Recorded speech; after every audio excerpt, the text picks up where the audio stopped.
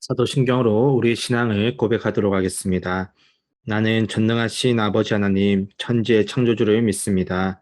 나는 그의 유일하신 아들, 우리 주 예수 그리스도를 믿습니다.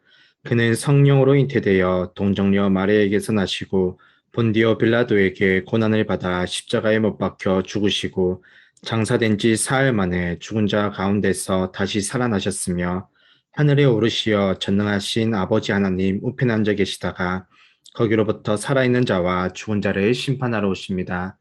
나는 성령을 믿으며 거룩한 공교회와 성도의 교제와 죄를 용서받는 것과 몸의 부활과 영생을 믿습니다. 아멘. 찬송가 304장 찬송 드리겠습니다. 크신 하나님의 사랑 말로 다 형용 못하네. 저 높고 높은 별을 넘어 이 낮고 낮은 땅 위에 죄범한 영혼 구하려 그 아들 보내사 화목제물 삼으시고 죄 용서하셨네. 하나님 크신 사랑은 측량 다 못하네. 영원히 변치 않는 사랑 성도여 찬양하세. 괴로운 시절 지나가고 땅 위에 영화세할 때 주 믿지 않던 영혼들은 큰 소리 외쳐 울어도 주 믿는 성도들에게 큰 사랑 베푸사 우리의 죄 사했으니 그네 잊을까. 하나님 크신 사랑은 측량 다 못하네. 영원히 변치 않는 사랑 성도여 찬양하세. 하늘을 두루마리 삼고 바다를 머물 삼아도 한없는 하나님의 사랑 다 기록할 수 없겠네. 하나님의 크신 사랑 그 어찌 다 쓸까. 저 하늘 높이 쌓아도 채우지 못하리. 하나님 크신 사랑은 측량 다 못하네. 영원히 변치 않는 사랑 성도여 찬양하세. 기도하겠습니다. 사랑의 하나님, 오늘 하루도 하나님의 말씀으로 하루를 시작하게 하심을 감사드립니다. 성도님들의 삶 가운데 주님께서 역사하여 주시고 그리고 그 역사하심을 저희가 느끼고 경험하는 하루가 되게 하여 주시옵소서. 성도님들의 기도를 들으신 하나님, 하나님의 뜻과 저희의 기도가 하나가 되기를 소망합니다. 저희들의 욕망이 아닌 오직 하나님의 뜻을 저희가 알고 그 하나님의 뜻이 이루어지도록 기도하고 노력하는 저희가 되게 하여 주시옵소서. 저희가 피조물로서 하나님을 믿으며 살아간다고 하지만 얼마나 삶 가운데 교만하게 살았는지를 이 시간 고백합니다. 저희들의 교만을 용서하여 주시고 이웃들을 정죄하고 비판하기보다 사랑하고 섬기며 예수 그리스도의 십자가 사랑을 삶 속에서 드러낼 수 있는 저희가 되게 은혜 다하여 주시옵소서. 또 저희가 어떤 상황에 있든지 저희의 두 눈은 하나님만을 바라보게 하시고 믿음으로 반응하는 삶을 통해서 하나님께 영광 올려드리는 저희가 되게 하여 주시옵소서. 감사드리고 예수님의 이름으로 기도드립니다. 아멘. 제 35장 엘리후가 말을 이어 이르되 그대는 이것을 합당하게 여기느냐? 그대는 그대의 의가 하나님께로부터 왔다는 말이냐? 그대는 그것이 내게 무슨 소용이 있으며 범죄하지 않는 것이 내게 무슨 유익이 있겠느냐고 묻지만은 내가 그대와 및 그대와 함께 있는 그대의 친구들에게 대답하리라. 그대는 하늘을 우러러보라. 그대보다 높이 뜬 구름을 바라보라. 그대가 범죄한들 하나님께 무슨 영향이 있겠으며 그대의 악행이 가득한들 하나님께 무슨 상관이 있겠으며 그대가 의로운들 하나님께 무엇을 드리겠으며 그가 그대의 손에서 무엇을 받으시겠느냐?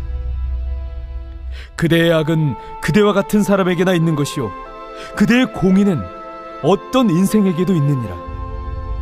사람은 학대가 많으므로 부르짖으며 군주들의 힘에 눌려 소리치나 나를 지으신 하나님은 어디 계시냐고 하며 밤에 노래를 주시는 자가 어디 계시냐고 말하는 자가 없구나.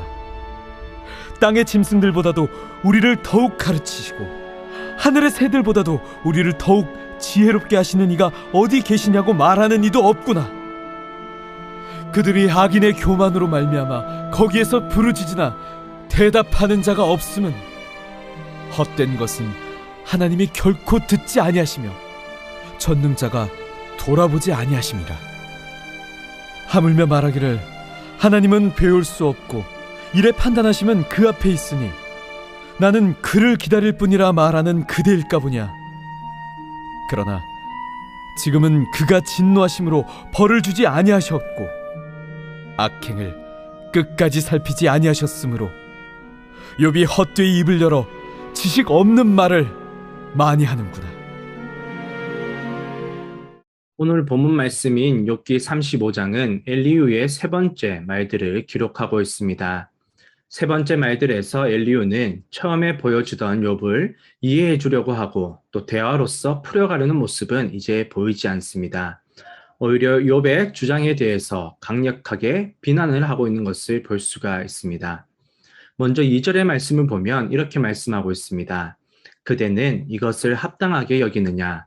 그대는 그대의 의가 하나님께로부터 왔다는 말이냐? 그대는 이것을 합당하게 여기냐는 말은 어떻게 욥, 너의 말이 다 옳다고 생각하느냐라는 엘리후의 반문입니다. 그리고 그대의 의가 하나님께로부터 왔다는 이 말은 지금 네가 받고 있는 이 고난이 너의 죄로 인함이 어떻게 아니라고 생각할 수 있느냐라는 엘리후의 지적인 것입니다. 그리고 3절에서 엘리후는 욥이 했던 말을 인용하면서 다시 욥의 주장에 대해서 비난을 하고 있는데요. 3절 말씀을 보면 그대는 그것이 내게 무슨 소용이 있으며 범죄하지 않는 것이 내게 무슨 유익이 있겠느냐고 묻지만은 이어서 4절을 보면 이렇게 말씀합니다. 내가 그대와 및 그대와 함께 있는 그대의 친구들에게 대답하리라. 욥이 앞서 하나님 앞에서 경건하게 살아도 하나님께 얻은 유익이 아무것도 없다고 의인이나 악인이나 똑같은 대접받는 현실에 대해서 하나님께 의문을 가지고 있었는데 그것에 대해서 엘리후 자신이 말해주겠다는 것입니다. 정리를 해보면 엘리후는 욥에게 어떻게 네가 계속 옳다고 주장을 하고 또 네가 당하고 있는 그 고통들이 너의 죄 때문이 아니라고 생각을 하느냐. 그러면서 의인이나 악인이나 지금 똑같은 대접을 받고 있다고 하나님께 의문을 가지고 있는데 지금부터는 내 말을 한번 잘 들어봐라. 이렇게 말을 하고 있는 것입니다. 이제 5절부터 엘리후는 본격적으로 욥의 말에 대해서 비난을 하고 있습니다. 5절에서 8절까지 말씀을 통해서 엘리후는 욥에게 네가 하나님과 존재 그 자체만으로도 얼마나 큰 차이가 나는 비교도 할 수 없는 존재인지를 말하면서 네가 스스로 의롭다고 생각하는 것이 얼마나 어리석은 것인지를 말하고 있습니다. 먼저 5절 말씀을 보면 그대는 하늘을 우러러보라. 그대보다 높이 뜬 구름을 바라보라 라고 말하고 있습니다. 이것은 저 높은 하늘에 계신 하나님과 너의 차이를 보라는 것입니다. 땅에 붙어 있는 유한한 너랑 저 높은 하늘에 계신 하나님은 차원이 다르다는 것입니다. 유한한 인간과는 비교할 수 없을 정도로 하나님의 크고 놀라우심을 강조하고 있는 것입니다. 이어서 6절과 7절에서 이렇게 말씀하고 있습니다.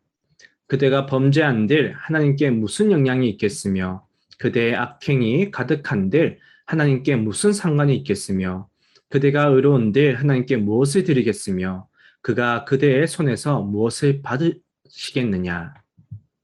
이 말은 욥, 너가 죄를 짓는다 해도 혹은 반대로 네가 하나님 앞에서 아무리 의롭다고 해도 하나님의 역사하심과 이 땅에 대한 하나님의 섭리에 그 어떠한 영향력도 미치지 못하는 아주 작은 존재에 불과하다는 것을 얘기하고 있는 것입니다. 그래서 8절에서 이렇게 엘리후는 이야기하고 있습니다. 그대의 악은 그대와 같은 사람에게나 있는 것이요 그대의 공의는 어떤 인생에게도 있느니라. 이 말은 욥, 네가 죄를 지으면 너의 그런 악은 하나님이 아닌 너의 인생 정도에만 영향을 미친다는 것입니다. 이처럼 엘리후는 하나님과 인간이 존재론적으로 얼마나 차이가 나는지 하나님의 크심과 위대하심, 이 세계를 초월해 계시고 우리와는 비교도 할 수 없는 분이심을 이 욥에게 강조를 하고 있는 것입니다. 그러면서 욥 자신이 하나님 앞에서 의롭다고 하는 이 주장이 얼마나 어리석은지를 말해주고 있는 것입니다. 엘리후의 말이 어떻습니까? 하나님에 대해서 이야기를 하고 있는데 엘리후의 말 중에 틀린 말이 있습니까? 하나님에 대해서 잘못 말하고 있는 부분이 있습니까? 없습니다. 하지만 엘리후가 말하고 있는 하나님의 모습이 하나님의 전부 또한 아닙니다. 하나님은 우리와 비교도 안 될 만큼 크시고 영원하신 분이십니다. 이 세계를 초월해 계십니다. 하지만 그 위대하심과 초월적인 자리를 내려놓고 이 땅에 내려오신 분이 바로 하나님이십니다. 하늘의 영광과 보좌를 버리시고 이 땅에 내려오신 분이 바로 하나님이십니다. 우리의 죄와 우리의 의로움이 하나님의 역사하심과 섭리에 1도 영향을 미치지 못하지만 그런 우리를 하나님의 자녀 삼아 주시고 예수님의 손과 발이 되게 하셔서 하나님 나라의 사역에 우리를 동참시켜 주신 분이 바로 하나님이십니다. 왜냐하면 하나님은 사랑이시기 때문입니다.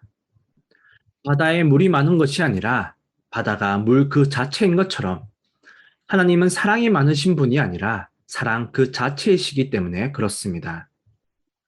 하나님은 여호와이시기에 그저 저 높은 하늘에서 뒷짐지고 우리와 멀리 떨어져서 지켜보고 계신 분이 아니라 하나님은 사랑이시기에 무한하신 모습을 버리시고 유한한 이 세계에 직접 내려오셔서 유한한 인간을 위해서 십자가에서 죽으시기까지 하신 것입니다. 엘리후가 실수한 부분이 무엇입니까? 자신이 경험한 하나님이, 자신이 알고 있는 하나님이 하나님의 전부라고 생각한 부분입니다. 이웃이 고백하고 있는 하나님보다, 이웃이 경험한 하나님보다 내가 경험한 하나님, 내가 알고 있는 하나님의 모습이 더 하나님의 모습에, 하나님의 본성에 가깝다고 생각한 것입니다. 우리들도 신앙생활을 하다 보면 이런 실수를 범할 수가 있습니다. 내가 경험한 하나님이 하나님의 전부라고 생각할 때가 있습니다. 그렇기에 다른 사람이 내가 경험한 하나님이 아닌 다른 하나님의 모습을 이야기한다면 그것에 대해서는 전혀 인정을 하지 않는 것입니다. 하나님은 우리가 우리의 지적인 능력을 뛰어넘으시는 분이십니다. 그렇게 우리는 항상 겸손해야 하며 타인의 신앙과 그의 신앙 고백을 존중해야 하는 것입니다. 내가 옳다는 이 교만을 내려놔야 한다는 것입니다. 그리스도인이라면 이렇게 행동해야지. 하나님을 믿는다고 하면서 교회에서 왜 이렇게 행동하지? 이런 기준과 잣대를 우리는 내려놔야 한다는 것입니다. 여러분, 예수님이 중보자로 이 땅에 내려오셨다는 이 사실을 믿으십니까? 예수님이 우리의 중보자 되심을 믿으십니까? 예수님은 중보자로서 하나님과 우리의 관계를 회복시켜 주셨습니다. 그런데 예수님이 우리의 중보자 되신다는 것은 더 넓은 의미가 있습니다. 바로 하나님과 우리 사이뿐만 아니라 우리와 이웃 사이까지도 중보자로서 그 관계를 회복시켜 주셨다는 것입니다. 우리는 이 사실을 믿어야 합니다. 우리는 이웃을 사랑하고 존중해야 됩니다. 왜 그렇겠습니까? 예수님이 중보자로서 나와 타인의 관계를 회복시켜 주시기 위해서 십자가에서 죽으셨기 때문입니다. 그렇기에 우리는 오늘도 예수님이 나와 이웃 사이의 중보자가 되신다는 그 사실을 기억하고 나의 의견과 나의 생각을 주장하기보다 상대방을 존중해주고 이해해주는 우리가 되어야 할 것입니다. 이어서 9절의 말씀을 보면 엘리후는 이렇게 말하고 있습니다. 사람은 학대가 많음으로 부르짖으며 군주들의 힘에 눌려 소리치나. 이 말은 사람들은 자신들이 고난을 당할 때 하나님을 찾는다는 말입니다. 그리고 10절의 말씀을 보면 나를 지으신 하나님은 어디 계시냐고 하며 밤에 노래를 주시는 자가 어디 계시냐고 말한 자가 없구나 라고 말하고 있습니다. 사람들은 고난 가운데에서는 하나님을 찾지만 진정으로 우리의 창조주 되시고 고통 가운데 우리에게 노래를 주시는 참 하나님을 찾는 자는 없다는 것입니다.